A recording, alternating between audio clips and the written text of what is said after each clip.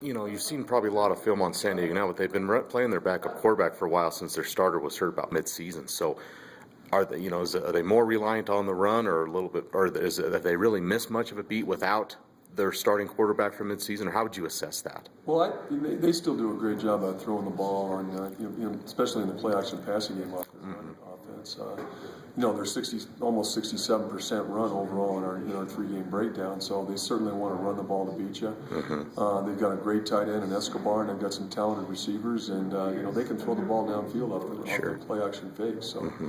We've got to obviously prepare for the run and, be ready for the deep balls off play action. Do you like what you've done against the run in recent games, or at least last week? I know they had a couple of dynamic backs and they got some yards, but it wasn't like they went, crazy on you. Were you pleased with that, and will be much the same type of mentality of stopping the run with San Diego State this week? Yeah, I think we've gotten steadily better.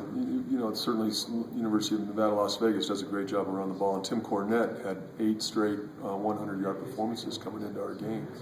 And we were able to hold him to 60 yards on 19 carries. So, I think we're containing the run better. We let a couple get out on us, but we're making progress. Certainly in this league, everybody seems to want to run the ball to beat you. You've got Air Force, you've got New Mexico, you've got Nevada. Now we've got San Diego State this week that's averaging over 200 yards a game rushing. So. You certainly got to be able to stop the run to have a chance to win. Their two backs are pretty productive. Are they similar type backs, power backs, or speed guys, or one or the other? How would you kind of assess their two backs?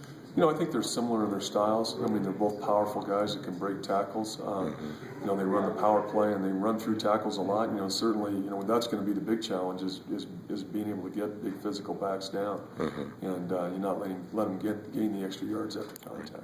So I don't know if you've been asked this. I know there's been some reports where Idaho's looking for a coach, and I know your name has surfaced as a possible candidate. Is that something that would interest you, and has there been any contact yet, or can you talk about that? You know what, Robert? We're just focused on San Diego State this week. We've got our hands full. We've had a really good November. We're 3-0 in November. We're trying to go 4-0. We've got a huge game here this weekend, and that's where our focus is. Sure.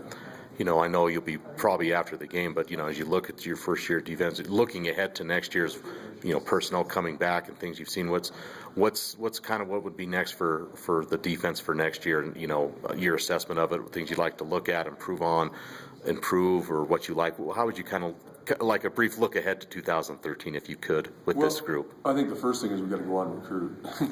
Certainly we're going to need some guys to come in that can help us next year. And we've got, some prospects in mind, beginning this weekend. Beyond that, I think we've got, some cornerstones back. I think, the injuries we had in the defensive line enabled some young guys like Eddie Yarborough to step up and show what he can do.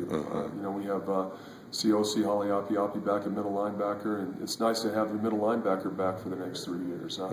Played as a true freshman, and he's going to be a lot better over the next 3 years. The secondary, we have everybody back there, and we need to improve there.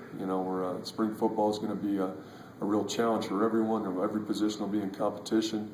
But if we can find a few key players that can come in and help us, I think we have a chance to show a good defense next year. Thanksgiving week, Chris, what are some of the things you're most thankful for? I'm just thankful for my family, and my 2 daughters are here in town. They're both, one just graduated from the University of Washington, the other's a senior at Yale this year. My wife is here with me. And, at the end of the day, I think when Thanksgiving time comes around, that's our focus. Just the fact that we're all able to be together and we're all healthy. I'm thankful for this opportunity to be here at the University of Wyoming. Coach Christensen gave me a chance to come here and be the defensive coordinator. I'm really thankful for the relationships I've made with the coaches and the players here. We have some tremendous young guys here and some tremendous seniors that I think have really weathered the storm and showed great character here at the end of the year. So I'd say, those are the things that come off the top of my head. Just my family and, the greater football family here with the Wyoming Cowboys and the seniors in the way that they've battled through a very tough time this year. Now, maybe the most important question, your favorite part of the Thanksgiving meal.